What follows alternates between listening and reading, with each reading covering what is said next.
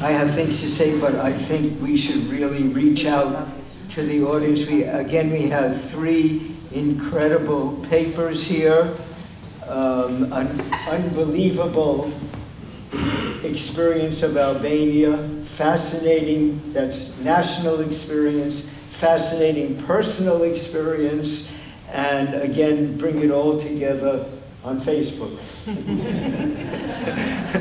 I don't mean frivolously, I mean really. So would anybody like to raise an issue? I have a question for Madam Hannah as well for Dr. Abdul Karim, and a comment for Doci. First, I would like to ask a question to Hannah. If someone grew up in unprivileged circumstances, so what are the motivating factors for them to go for peace and love? Can you say something based on your personal experience, Because those people are most likely to go up on a different way if they grew up in unprivileged circumstances. Yeah, even the word unprivileged is tricky. Yes, I know. Okay, let's see. The example I put of my niece Anne, is one of those, I guess. I mean, a chaotic family, divorce, father in drugs and alcohol, fights, whatever. And I said, there was a big element that I notice now in my niece, love. So in spite of this unprivileged situation or chaotic situation, that girl had experienced love from her mother, from her father, in the midst of this situation. And the mother have tried to foster love to her towards the father, in spite of she could not live with him.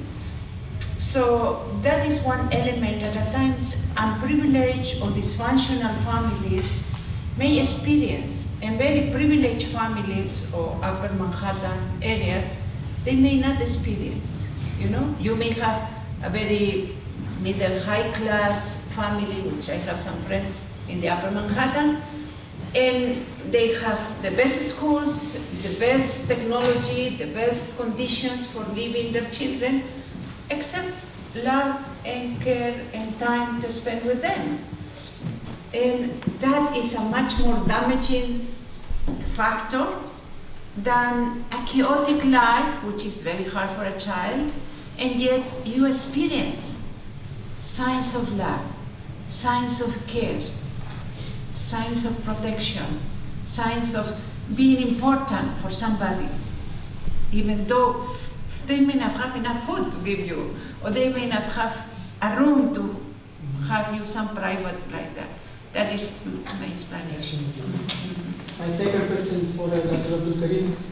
Due to advancement in communication technologies, we have seen that multinational companies are spending millions of dollars and pounds to cluster up the young generation for their products, like Nike shoes, footwear, clothwear, McDonald's, KFC. So how we can cluster up the young generation for peace? Who's going to spend on them? That's the $1 billion question. The thing is that the bad guys do it. They find the resources. Those of us who want peace, again, they're going to say this validated with the good guys, usually don't put our monies where our mouths are. Quick example, there was this big myth that the protest in the square in Egypt and the quote Arab winter, I would never call it the Arab Spring, because the word Arab Spring does not even exist in the Arabic language. Yeah. This was something we concocted here in the United States. Yeah. And all of these things, we saw that these people were organizing themselves in the Middle East through email, internet, and all that was done here in the US. How do some of us know? I decided to do metadata mining to see where the source of all of these things were coming from. And we discovered that there was a community of disgruntled Arab citizens here in the US, working with the US government, that were putting out all of these things. So they were orchestrating the so-called Arab Spring, which was a concept coined by a professor at Johns Hopkins University, School of Advanced Studies in Washington, D.C., that took hold and spread all over the Middle East as called Arab Spring. So it wasn't something that was indigenous. If they can tap into that same technology, using their center, why don't us in peace invest the resources we need to do the same thing? That's basically what this whole thing is about. We can go ahead and, it's like the terrorists, right? The terrorists have no problem using the internet, using Facebook, using all this to recruit potentials of doing what they do. But those of us who want the alternative message, the alternative things, have to put our money where our mouth are, develop these centers where we can also reach these same young folks who, why would somebody have a university degree, a college degree, want to blow up himself? Where is the alternative messages to some of our imams who will recite the Quran perfectly, but do not even understand what the metaphors of the Quran is? Here we have all these educated Muslims. We have to really do something more to counter these imams who give all kind of problematic interpretation to what the Quran is. And that's what I usually challenge many of our own Muslim folks in the US. And when I travel in the Middle East, I tell them we have to really start putting our money where our mouths are, rather than just complaining. If the terrorists and the other organizations can galvanize their people using these resources, those of us who want to see a different world can counter this by investing our resources to do similar. And my last comment before Doci, we'd like to know that at least people in Albania are living in harmony and coexistence. So thank you very much for that. It's a good presentation, a good message there, and we can quote it in our country and other parts of the world. It seems that in families on a small scale you might be poor, but if you can have the love within the family, it'll work. If you have already the cultural institutions, you're fine. If you're trying to bring people together who are don't have that originally, then you have, in the United States, the city councils, the legislators, oh, we can't spend that kind of money. Okay. Okay, and I think that's going to be it, because so one here, and then we'll, okay. I think she has one left. Oh, we have 3, okay. If you allow, okay, that's it. I have one question for Madame Martinez. If you were asked to substitute another word for indigenous, what would that word be? The reason why I'm asking you this question is that North African countries, which have been under either the French protectorate or colonized by the French for a while, are reluctant to use this word because it doesn't carry, according to some North African thinkers, peaceful connotations. Yeah, my own people, they don't use the indigenous, and they won't like most probably that I use it. They use autochthonous.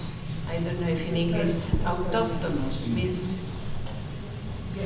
you are yourself from the beginning, something like that. I don't know, but yeah. And you mentioned the fact that we have emotional problems. You don't talk about artists. I happen not to agree, and I don't think I would hate to generalize, but psychiatrists all over the world are doing a great deal of harm to people because they don't cure them, they just give them, tablets to eat. And here I would like to distinguish between psychiatry and psychoanalysis or psychotherapy. And for Dr. Karim Bangura, raised a very, very challenging point, that the military are for peace. And I don't think this is a widespread idea. We tend to associate the military people with war. And I think it's something that should be placed, as the saying goes, en place publique, the public space. It should be taught at all educational levels. And this, we have all grown up, as you said, with this fear you have it in your guts of the police and the policeman. And when you meet them, you're surprised. Some of them are very, very, very pleasant and pleasing. I was so happy yesterday when you were talking about the Jewish resurgence, so to speak, in your beautiful country of Morocco. And it's beautiful because many folks don't know that some of the deep roots of Judaism and Jewish people really is in Morocco, until you start going and looking at the archaeological sites to see the Jewish connection with the Moroccan people. I went to school at American University, and Dr. Mustafa, who is now one of your big kahunas in Morocco, these Jewish people doing this to Arab, and then Cathy Schneider always say, oh, these Arab people are doing this to the Jewish and all that. And one day we were sitting under the tree, Mustafa and I, we were having a conversation, and then she saw Cathy coming in her pumps, looking so good. I said, Professor, he said, Abdul Karim, I'm in love. I said, don't look at me, why the hell are you telling me you're in love? He said, no, not you, get out. He said, that one. I said, but Brother Mustafa, there's a problem. He said, why? I said, she is Jewish, Cathy is Jewish. I don't care. I said, but you always say the Jewish this, the Jewish that. And she's always saying the Muslims is the Muslim that. How are we going to reconcile? He said, oh, Abdul Karim, I know you can fix everything. And today, they have 3 beautiful children who have gone to school in Albanian University. And now they spend time in Israel and they are based in Morocco. But this is what she said.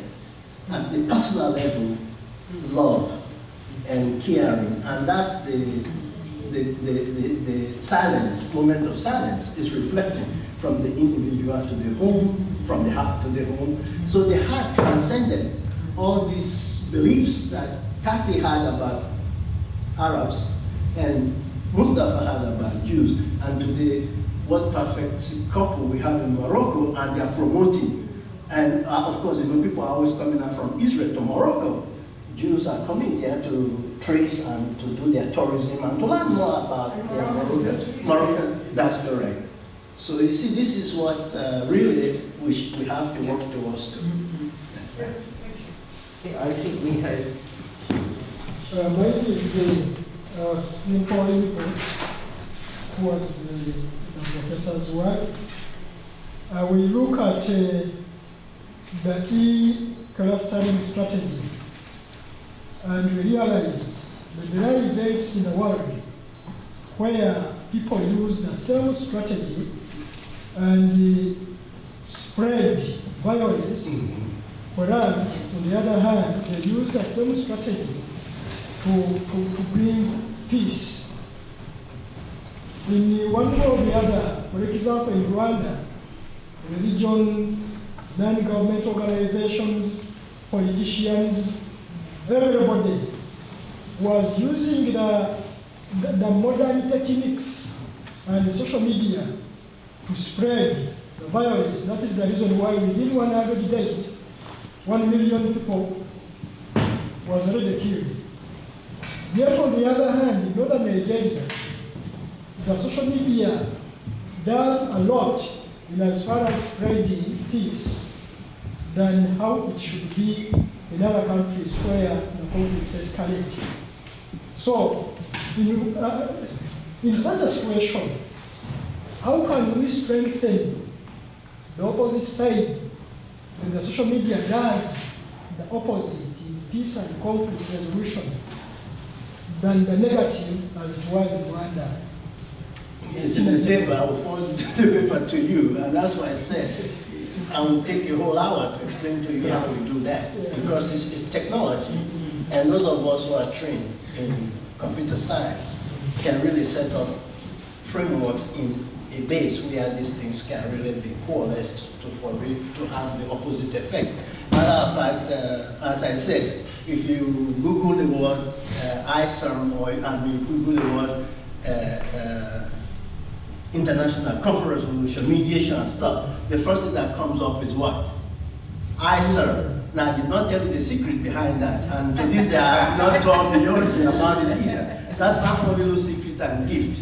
So I can program a system, whereas your own domain can be at the top. Whatever everything else comes, we come from before everybody else. We have those techniques, those skills. So what I'm saying is that if we really invest our resources in trying to counter the opposite side, we can do it.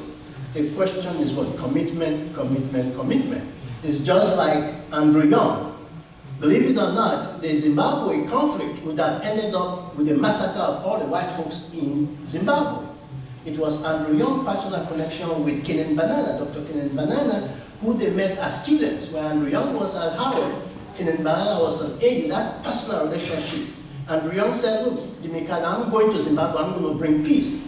When he went, he expected a signed document. When Andrew Young came, he said, what signed document? My brother and I shook hands in the bush, the war is finished, there's not going to be any retribution. Jimmy Carter did not believe it. And lo and behold, to this day, not one single white person has been massacred in Zimbabwe. But this is what we are saying. When we are committed to doing something and really put our necks out there, put our resources out there, we can counter the opposite side of what people expect to have been doing all this time. I think they say that the only real weapon against hate speech is loving speech. And so the only weapon against hate media is you got to be loving media. And you have to train because they're well trained. I think we had one more. Okay, and that's it. Okay. I just wanted to applaud Dr. Bangura for the message that was sent in using technology. I've seen in Kenya with the spread of M-Pesa, right? This is a Kenyan thing. So everyone in Kenya, Kibera, wherever, has a telephone. So I think it was noteworthy that you did this and we have peace after elections. So thank you. Okay, well, thank you very much.